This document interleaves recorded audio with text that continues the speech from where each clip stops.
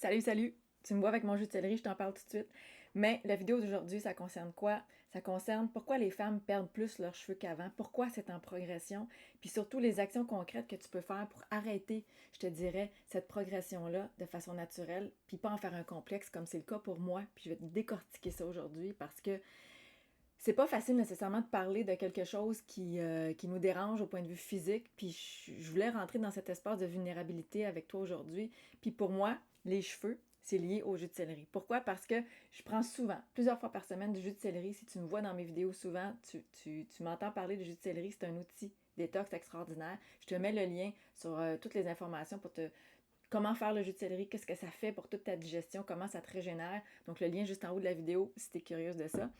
Mais la perte de cheveux, ça reste quelque chose que les femmes vivent en ménopause, en périménopause plus. Puis pourquoi c'est pas nécessairement juste une question d'hormones? Pour comprendre puis freiner, je te dirais, cette perte de cheveux-là qui diminue possiblement ta confiance en toi, en ton corps, en la force de ton corps aussi, puis retrouver une densité, parce que oui, c'est possible d'arrêter, de stopper ce processus-là sans faux espoirs, sans nécessairement des shampoings miracles qui ne feront pas la différence, puis ni dépendre de produits chimiques, mais comment tu peux faire la différence à la source à partir de ta digestion, soit avec le jus de céleri, avec plein de trucs de détox, mais aussi une alimentation qui est alignée sur ce que ton corps a besoin. Puis si je te dis tout ça, c'est parce que moi, j'ai une longue histoire où depuis que je suis toute jeune, euh, les cheveux, c'est pas nécessairement mon attribut principal parce que il y a toujours dans l'histoire d'une femme, je te dirais, une zone plus fragilisée d'aspect de son corps qu'elle a moins aimé. Moi, depuis que je suis jeune, j'ai toujours pensé que d'avoir une tignasse de cheveux, c'était ça qui faisait vraiment l'aura d'une femme. Puis j'ai jamais eu d'épaisseur de cheveux, j'ai les cheveux fins. Je viens d'une lignée de femmes du côté de ma mère qui ont toujours eu des cheveux fins. Puis ça a comme créé en moi un espace où je me disais, ah, il me semble que je suis peut-être moins belle à cause de ça, ou je serais vraiment plus belle si j'avais plus de cheveux épais. Puis quand est arrivée la ménopause, la périménopause, ça m'inquiétait parce que je me suis dit, c'est des moments charnières où des fois les femmes perdent plus leurs cheveux, même plus qu'avant. Puis je vais t'expliquer pourquoi aujourd'hui. Puis là, j'ai eu peur que ça m'impacte. Mais je te dirais qu'avec tout ce que je fais aujourd'hui, j'ai pas moins de cheveux qu'avant. Je reste au même niveau. Ça me rassure de te dire ça aujourd'hui. Puis qu'il y a des choses que tu peux faire pour préserver ta masse de cheveux aujourd'hui, puis faire en sorte qu'elle puisse même croître à nouveau parce que tu vas libérer la source qui crée ce problème-là. Puis ça, c'est important de rentrer dans cette compréhension-là aujourd'hui. Puis de rentrer dans une intention, pour moi, qui est de te dire que c'est pas juste les cheveux, c'est pas une histoire de perdre juste ses cheveux, mais c'est aussi une perte d'énergie vitale qui est en dessous de ça, que tu veux éviter.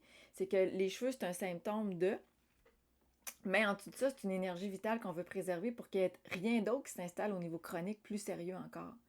Puis pas rester prisonnière non plus de solutions, je te dirais, qui, comment dire, vont alimenter ton complexe, qui vont jamais non plus s'attaquer à la cause du problème. Puis l'intention avec laquelle je fais cette vidéo-là aujourd'hui, parce que pour moi, c'est pas juste de manger différemment, mais c'est aussi d'aller chercher la profondeur de compréhension, puis l'alignement corps-esprit que tu peux aller chercher avec tout ça. Puis l'intention dans laquelle je veux qu'on se place aujourd'hui, c'est de transformer un complexe en moteur d'évolution. De choisir de libérer ton corps aujourd'hui, mais pas avoir à te cacher de tes symptômes, puis assumer ce symptôme-là qui est soit une perte de cheveux, soit une autre partie de ton corps peut-être que tu aimes moins, mais faire en sorte d'avancer avec ça en aimant cette partie-là, puis que ça soit un moteur d'évolution. On part avec ça? Donc, je vais t'expliquer parce que c'est important de rentrer dans l'aspect, je te dirais, logique aussi de l'affaire avant de rentrer dans l'aspect plus émotif, mais pourquoi c'est pire qu'avant? Pour que tu puisses comprendre que ce qu'on ne dit pas nécessairement. Puis tu crois peut-être que c'est les hormones à l'âge où tu es rendu aujourd'hui, quand dans le fond, c'est pas juste une histoire de génétique ou de moment charnière de vie, c'est une question que ton corps est surchargé. Et ça, tu m'entends dire ça souvent dans mes vidéos. Pourquoi un foie saturé de pesticides, d'additifs, de médicaments, d'hormones qu'on a pris durant notre vie, oui, fait en sorte que ça impacte la façon dont tes cheveux vont pousser au bout de la ligne. Pourquoi? Puis je vais te dire ça un petit peu dans quelques secondes. Là. Parce que on a d'autres choses aussi qui jouent. Des virus. Les virus de la famille de l'herpès. Peut-être que ça te surprend d'entendre ça, mais il faut le répéter. Parce que ces virus-là, dont l'Epstein-Barr, le virus d'Epstein-Barr qui en fait partie, ne sont pas juste des boutons de chaleur, mais sont aussi des virus qui sont dormants, qui sont réveillés par moment quand l'immunité est moins au rendez-vous, puis qui s'attaquent aux organes, qui libèrent des toxines. Donc, ça diminue ton immunité au fil du temps et quand on arrive à un moment charnière de la ménopause, ça se réactive ou ça s'active davantage. Des métaux lourds dans le corps, l'aluminium, du mercure, qui vont oxyder tes follicules. Les follicules des cheveux qui ont besoin d'être nourris à la base du cheveu. Et là, ce qui fait en sorte que tout ça bloque le chemin pour que tes follicules aient accès à des nutriments puis qu'il y ait une croissance de cheveux saine. Et, ultimement aussi, une alimentation qui est trop riche en gras va faire en sorte que tu vas barrer la route, que le gras va emprisonner des toxines, va faire en sorte que ces toxines-là ne peuvent pas s'éjecter de ton corps aussi rapidement, puis que le gras va faire en sorte que tout va être au ralenti dans ton corps. Donc, on veut y aller avec quoi? Plus de végétaux. Je vais t'en parler à la fin de la vidéo. Comment je fais ça? Le jus de céleri, comme je t'ai parlé en début de vidéo, en fait partie. Puis ce que je veux que tu retiennes dans cette vidéo-là, c'est que la perte de cheveux, c'est plus un problème de foie puis de virus que d'hormones ou que de changement hormonal. Le changement hormonal, c'est toujours ce que je dis, en fait, une explication plus une explication fourre-tout, mais un déclencheur plutôt qu'une cause réelle. Puis ça, il n'y a pas personne qui va te dire ça nécessairement de cette façon-là. Puis ce que je veux te partager là, c'est que c'est important d'en prendre conscience. Que ton foie, c'est lui qui est encombré. Fait que c'est important quand on sait qu'on a un foie encombré, comment on fait du ménage, c'est sûr qu'il faut y aller par l'alimentation. Puis que les follicules de tes cheveux sont affamés, ils manquent de nutriments. Puis que tu pourrais essayer tous les shampoings du monde, ça ne va pas rien changer, ou à peine. Aider, oui, il y a des meilleurs shampoings que d'autres, mais que le problème est interne plutôt qu'externe. Puis ton corps, à ce stade-là de la vie de la femme, quand on est en changement hormonal à 40, 45, 50 ans, 55 ans, ben c'est que certains organes secondaires, comme les cheveux, passent après des priorités vitales qui sont le cerveau, le cœur, le foie, les organes essentiels, le pancréas.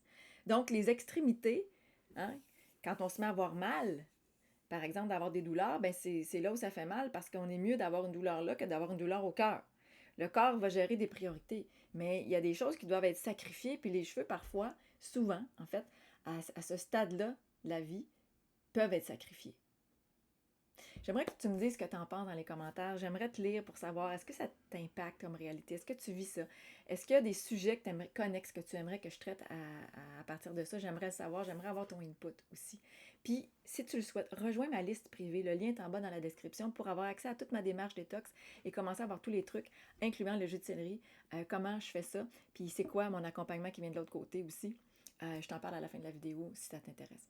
Donc, comment ton corps peut générer, je te dirais, des bénéfices en se régénérant. Voir de l'espoir de repousser tes cheveux. Puis la bonne nouvelle, c'est que ton corps n'est pas brisé, il est juste surchargé, puis il peut se libérer. Je veux que tu prennes conscience de ça aujourd'hui. Que quand ton foie respire, quand on lui donne cette respiration-là, quand on arrête de le surcharger, il peut commencer à redistribuer des minéraux, des vitamines à tes cheveux. Puis l'exemple concret, c'est que, comme je te disais, je me sens directement visée parce que j'ai toujours eu les cheveux minces. Puis en même temps, cette tignasse-là que j'ai toujours voulu avoir, ben je l'aurai probablement jamais. Mais c'est moins grave aujourd'hui pour moi parce qu'il y a un espace où je suis rentrée d'acceptation où je sais que j'ai freiné ce processus-là, que je ne serai pas en calvitie parce que je fais les actions depuis longtemps qui fait que je sais que je n'irai pas chercher autant profondément dans mes surrénales chercher l'énergie vitale qui fait en sorte que mes cheveux vont vraiment perdre encore plus en densité puis en masse. Je me sens dans un espace de vie où j'ai pu stopper ça, même si je prétends pas avoir la tignasse extraordinaire de Brooke Shield, par exemple, si tu connais Brooke Shield, ou de femmes qui ont des cheveux longs, très, très frisés, très, très, où ça apporte, je dirais, une aura de féminité que je me disais, il me semble que ça me manque, puis est-ce que je peux aller chercher ça ailleurs, dans l'alimentation, faire en sorte de rentrer aussi dans l'acceptation de mon corps, une estime de moi qui n'a pas être de plus en plus une préoccupation à la ménopause parce que je sais quoi faire pour m'en occuper. Donc, ces éclaircissements-là, pour moi, sont importants. Puis, ma vision de tout ça, c'est que on n'est pas fini à la ménopause, on n'est pas cassé, puis qu'on peut voir ça comme un nouveau départ. On peut voir le changement hormonal qu'on vit, oui. On peut voir cette perte de cheveux-là comme un tremplin pour dire, OK, qu'est-ce qui se passe dans mon corps qui fait que j'ai peut-être pas compris ou que je m'occupe peut-être pas assez d'une dimension qui fait que je préfère la différence. Puis, activer en toi cette connexion humaine-là, d'acceptation de ton corps, en faisant des actions concrètes avec ce que tu manges qui vont le réparer aussi. Pour que, aujourd'hui, je ne sois pas juste en train de te donner des explications que tu retrouverais sur ChatGPT ou sur les réseaux sociaux ou en tapant une question dans YouTube, mais que tu aies ce rapport-là d'amour à ton corps qui s'installe, d'être activé, d'activer tes follicules des cheveux jusque dans cette dimension-là. Puis, la chance aussi de faire un constat que c'est le temps de libérer ton corps à cette période-là de ta vie si tu sens que tu as des symptômes ou que c'est la ménopause qui arrive. D'arrêter de vieillir prématurément parce que tu sais que tu vas t'adresser à quelque chose qui va faire la différence. Tu vas libérer ton foie. Que tu vas faire quelque chose à chaque jour avec des actions concrètes parce que tu vas manger des choses qui vont libérer ça. Puis que chaque aliment végétal, puis je vais te donner des indices à tout à l'heure, j'y arrive tout de suite, contient non seulement des nutriments, j'ai envie de te dire parce que oui, c'est des nutriments, mais aussi une fréquence vibratoire.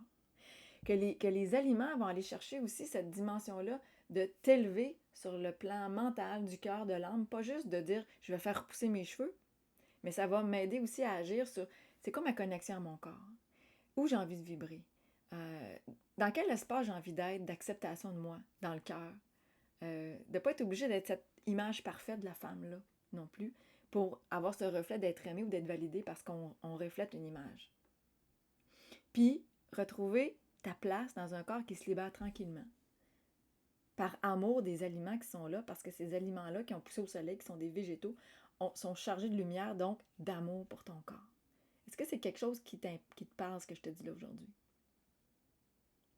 Puis, en même temps, rentrer ou quitter, j'ai envie de dire, la peur de gaspiller ton argent dans des soins inefficaces ou rentrer dans des cheveux qui s'affinent encore plus parce que tu ne sais pas quoi faire ou tu te sens en panique ou insécure. Puis surtout, perdre du temps précieux alors que ton corps a besoin de se régénérer véritablement à la source, de libérer le foie. Puis ce que tu peux faire directement aujourd'hui, puis la routine dans laquelle je suis, moi, chaque semaine, chaque jour de ma vie, que j'applique, c'est vraiment de réduire les gras. C'est hyper important parce que si je te parlais du foie plus haut, réduire les gras va faire en sorte que ton foie va moins travailler. Donc, réduire les gras, ça vient capital. Les graisses lourdes, surtout les produits laitiers, tout ce qui est animal, mettre ça de côté. Ça, c'est la routine que je fais sur laquelle j'ai un focus à chaque jour. Pour les femmes, arrêtez le café. Oui, madame. Le café, puis je te dis, je vais mettre la vidéo juste en haut parce que le café est très toxique pour les femmes. Puis ça va pas du tout t'hydrater puis amener des nutriments aux cellules. Au contraire, ça va te faire paniquer les cellules, j'ai envie de te dire, de boire du café parce que ça va activer tes surrénales. Ça va faire en sorte de te mettre sur une énergie de stress qui va faire en sorte qu'on est trop toxique. On sécrète des hormones toxiques.